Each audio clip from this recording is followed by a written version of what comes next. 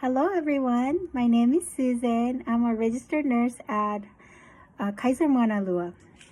I've been a nurse for about 20 years. I was asked by Cora Lau to share about the career of nursing. One of the questions she asked was what inspired me to become a nurse. I was trying to figure out what I wanted to do, and I knew it was some type of medical field. I volunteered at Harbor UCLA in Southern Cal. I still didn't know until my grandmother unfortunately had a stroke, and I accompanied her from 911 call all the way to discharge. It was very stressful. I had no clue what to do, and luckily the staff of Harbor UCLA were so loving and compassionate and really helped us get through the entire hospitalization to discharge. At that time, I really realized I wanted to be a nurse. I was about a junior at that time. I met with my counselor and tried to figure out what school to go and what to do. She advised me to take some classes over the summer at a local college so I can start some of my general ed. I chose Cal State Long Beach because it was close to my house and it was very affordable because I had to pay myself through school. And luckily, after taking all the classes in the summer, I was able to take the prerequisites in Cal State Long Beach. Midway through, I decided I wanted to move away for college. Just like you guys like to go to the mainland for school, I decided to come to Hawaii for my nursing studies.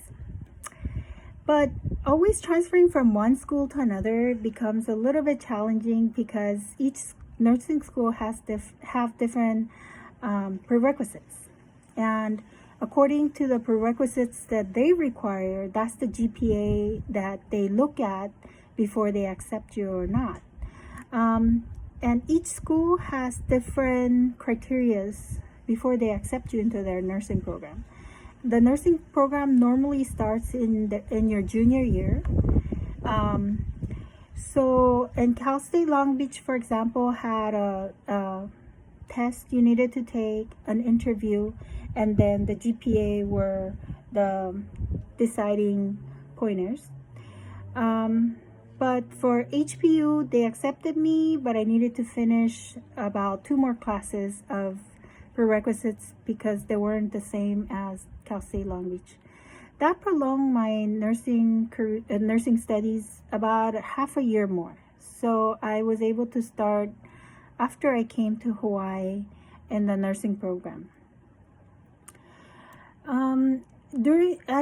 I was able to finish the nursing program in about 2.5 years after that. Because of the transfer, my BSN ended up becoming about 5 years. Normally about 4 years BSN program. Associate degrees is about 2 years.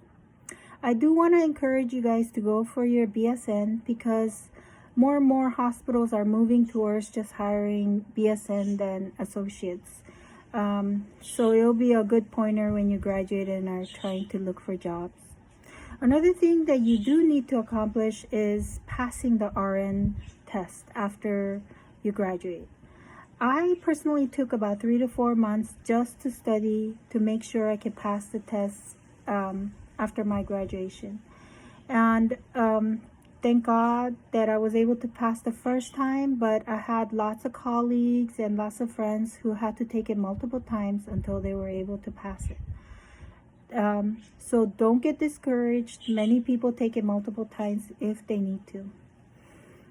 I had to take financial aid to come to Hawaii because I went from a very cheap Cal State to a private HPU. At that time, it wasn't as expensive as it is now, but I had to take full scholarship, which composed of lots of loans and grants. Don't worry about the loans and the grants. And the financial aid that you have to take for nursing, because 9 out of 10, once you get a job after school, you'll be able to pay it all back. is worth the money. Um, okay, so another question that she asked was, how late is it too late to get into nursing school? I don't think it's never too late, because when I first started nursing classes at HPU, there were many people who were in their 40s and 50s, second and third career choices, and they did great. They actually did better because they had more life experience. And did I have any time that I had struggles? Yes. Nursing is not easy. Studying for it and going through nursing school is very hard. I almost gave up a few times, but I try to focus on the end goal and to try to finish, and I was able to finish. Even after you start working in the hospitals as a nurse, there are many times you're gonna wonder, like, why am I doing this? But try to stay focused on what first brought me into this nursing career. I love my grandmother, and I just wanted other people to feel the same from a loving and caring nurse that pours their best to their patients.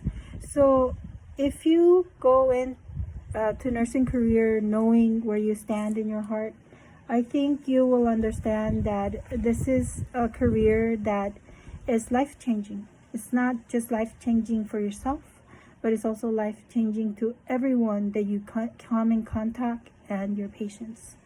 So you will never regret. Is it worth it? Yes, it's very worth it, because every day of my life I'm so grateful I chose to become a nurse. Another thing that she asked was about internships. I thank the Lord, all the clinicals and stuff that I had to take during nursing classes got me exposed to all the hospitals around Hawaii. And I was able to really look into the hospitals. I got to talk to the managers, the nurses, and to really get an insight of what I would have to look into or get to be able to get hired. So that's amazing that we can have clinicals in all the hospitals around this island. So if you are deciding to go to the mainland for school, I think you should decide on a place where you don't mind staying after you graduate and live there too, because during your schooling you'll find more networking, so you'll be able to find the job properly after too. So that's pretty much it. I love having this chance to talk to you guys and to hopefully inspire some of you. Good luck in your choices. Bye. Hi again. I was also asked to speak about a day in the life of a nurse. I'm an ICU nurse at Kaiser Mauna Lua. I also do go to many other units. And as you guys search for your nursing career, you'll realize that there's a lot of choices on what kind of nursing you want to do. So I'm an ICU nurse. I have 2 patients per nurse, and I will go ahead and speak about of a day that it was a little challenging for me in the ICU. Just to give you a perspective of a day in the ICU. I normally wake up at 5 in the morning, 6 o'clock I hit the road, 7 o'clock I'm already at work, and we get report from off-going night shift nurse. Our shifts are usually 12-hour shifts, 7 to 7. And that particular day I was assigned a patient, and the second bed was a code bed. A code bed is the nurse that's assigned to that bed runs to patients who are actually becoming unstable or critical throughout the hospital. And normally a nurse from other units can call something called RRT or Code Blue, depending on the condition of the patient. RRT is a rapid response team. There's several people in that team, and we all attend as soon as the code is overhead paged. So I was busy assessing my patient and making sure things were done for this for my one patient. And even before 8 o'clock, they called an RT on the floor. So normally I have to drop everything and run to that. And on the way there, they called a code blue on the same patient. That means the patient became critical enough that a code blue was called. Either the heart stopped or they stopped breathing, or other issues too. So we ran over there. We started CPR, a team of anesthesia. They intubated the patient. We were giving different code blue medications to try to stabilize the patient. And once we got a good pulse, we were able to bring the patient up. That patient becomes my patient because I'm the code nurse. So it required all of us, especially the doctors. We also have some physician assistants in our ICU, the charge nurse and me. It took us all the way until like 3 to 4 o'clock to stabilize the patient. Many procedures are done in the meantime where the doctors put in central lines so we can administer the very strong or potent medications that we gotta give to bring back blood pressure, heart rate on some of these critically ill patients. There's a saying also in the ICU that ICU nurses like to make Christmas trees. It's just a saying because many times our critically ill patients require so many of these IV medications that we're infusing many different IV pumps into this patient. So it just looks like lots of lights administering different medications, and it, I guess in the eyes of some other people, it just looked like big Christmas trees. But we do anything to stabilize the patient and to keep them well. In the meantime, I also have my other patient. I cannot neglect that patient no matter how busy I am with a particular patient. So I have to know how to use my time so I can actually run out and take care of that patient, do what's needed for them, and run in. And many times it's not just by myself. I can always ask for help with the other nurses and charge nurses if I need help. So I can have them watch this patient while I run and do things for this other patient. So anyways, bottom line is both of the patients were pretty stable at the end of the shift, and I was able to breathe a sigh of relief that everything went okay. At that time, it was when coronavirus had just started and we had not allowed anybody to come in. One thing I really had a hard time was not having the family members at the bedside and having to speak to the family members on the phone of issues that are very critical on their family members. And it was always very hard to try to let them know, I'm so sorry you cannot come and see this patient because we don't want to compromise everybody by bringing in people who could be infected and them not knowing it.